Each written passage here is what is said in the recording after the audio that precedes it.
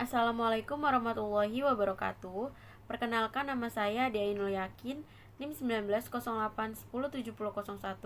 Jadi di video kali ini saya akan menjelaskan bagian 4 dan 5, yaitu mengenai gejala-gejala stres sekolah dalam perkembangan peserta didik dan tahapan-tahapan stres sekolah dalam perkembangan peserta didik. Baik, pertama saya akan menjelaskan bagian keempat, yaitu tentang gejala-gejala stres sekolah dalam perkembangan peserta didik. Gejala stres ditemukan dalam segala segi diri individu yang penting seperti fisik, emosi, intelektual, dan interpersonal. Ada beberapa gejala yang mempengaruhi timbulnya stres di sekolah.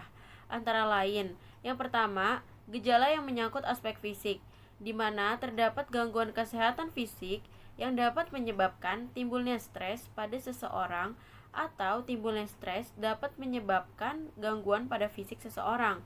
Nah, seperti sakit kepala, sakit mah, mudah kaget, banyak keluar keringat dingin, gangguan pola tidur, merasa lesu, letih, kaku leher belakang sampai punggung, dada terasa panas atau nyeri, rasa tersumbat di kerongkongan, nafsu makan menurun, mual, muntah, gejala kulit. Nah, yang kedua, gejala yang menyangkut emosional, di mana individu sering menggunakan emosionalnya untuk mengevaluasi stres dan pengalaman emosional. Reaksinya antara lain marah-marah atau jengkel, mudah tersinggung, terlalu sensitif terhadap orang lain, gelisah, cemas, sedih, mudah menangis dan depresi, pikirannya bunuh diri, gugup, pelupa, sulit konsentrasi, agresif ke orang lain, dan gampang bermusuhan, serta menyerang kelesuan mental. Yang ketiga yaitu gejala menyangkut dengan intelektual, yaitu merupakan penerimaan diri yang rendah serta pemikiran yang negatif terhadap lingkungan di sekitar, sehingga dapat menyebabkan timbulnya perilaku negatif untuk menyalurkan ke hal-hal yang negatif, seperti mudah lupa, kacau pikirannya, sulit berkonsentrasi, prestasi kerja dan produktivitasnya menurun, mutu kerja rendah, suka melamun berlebihan, banyak kekeliruan yang dibuat di dalam kerja, kehilangan selera humor yang sehat. Yang keempat yaitu gejala stres yang menyangkut aspek interpersonal, seperti acuh tak acuh, kepercayaan terhadap orang lain hilang, mudah mengingkari janji kepada orang lain, bersikap menutup dan membentengin diri terhadap orang lain. Nah, siswa yang mengalami perasaan tertekan atau mengalami stres di sekolah akan memberikan reaksi fisik seperti denyut jantung, napas, dan ketegangan otot-otot tertentu meningkat. Respon mental dan fisik siswa terhadap stres belajar akan berdampak pada perilakunya. Kemungkinan amarahnya meledak, menjadi agresif, mengamuk, tertawa, atau sebaliknya, sedih dan gelisah. Reaksi seperti ini biasanya muncul jika stres yang dialami berkepanjangan. Respon lain adalah perilaku gemetar, bicara cepat, tidak berkonsentrasi, dan lesu.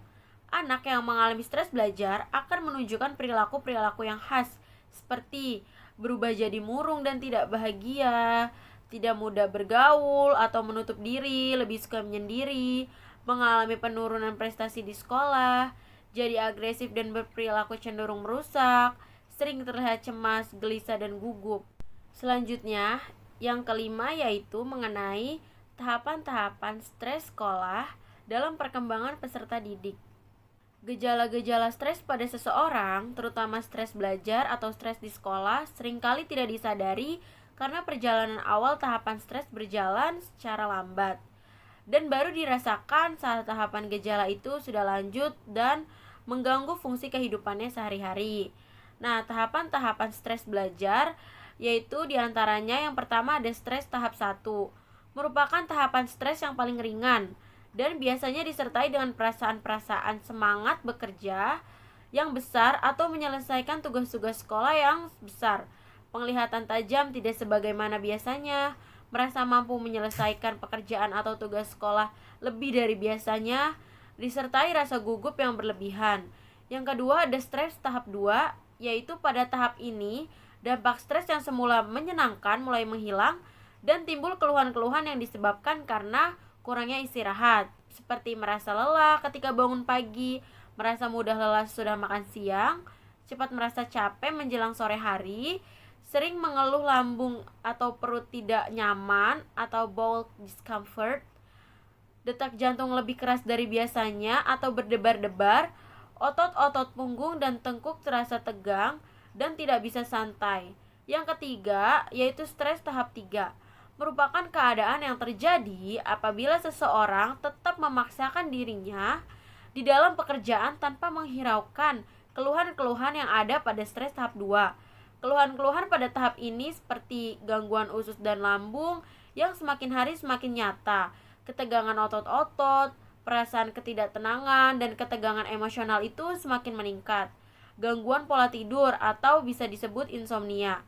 Pada tahapan ini, seseorang harus berkonsultasi pada dokter atau terapis karena beban stres hendaknya itu dikurangi dan tubuh seharusnya beristirahat.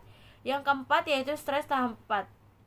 Gejalanya adalah bosan terhadap aktivitas kerja yang semula terasa menyenangkan, kehilangan kemampuan untuk merespon seseorang secara memadai, ketidakmampuan untuk melakukan kegiatan rutin sehari-hari, gangguan pola tidur, disertai mimpi-mimpi yang menegangkan, seringkali menolak ajakan atau negativisme karena tidak ada semangat dan kegairahan. Daya konsentrasi dan daya ingat pun menurun, dan timbul perasaan ketakutan dan kecemasan yang tidak dapat dijelaskan penyebabnya. Yang kelima yaitu stres tahap 5. Keadaan lanjutan yang ditandai dengan keadaan-keadaan kelelahan fisik dan mental yang semakin mendalam atau physical and psychological exhaustion. Ketidakmampuan untuk menyelesaikan pekerjaan sehari-hari yang ringan dan sederhana. Gangguan sistem pencernaan semakin berat atau gastrointestinal disorder. Dan timbul perasaan ketakutan dan kecemasan yang semakin hari semakin meningkat, serta mudah bingung dan panik. Yang keenam yaitu stres tahap 6. Tahapan ini merupakan tahapan klimaks seseorang akan mengalami serangan panik atau panic attack dan perasaan takut mati. Stres pada tahap ini ditandai dengan gejala-gejala debaran jantung teramat keras, susah bernapas seperti sesak dan megap-megap, sekujur badan terasa gemetar, dingin dan keringat bercucuran, tidak ada tenaga untuk melakukan hal-hal yang ringan, pingsan ataupun kolaps. Sekian penjelasan saya mengenai gejala-gejala stres sekolah dan tahapan-tahapan stres sekolah. Kurang lebihnya mohon maaf.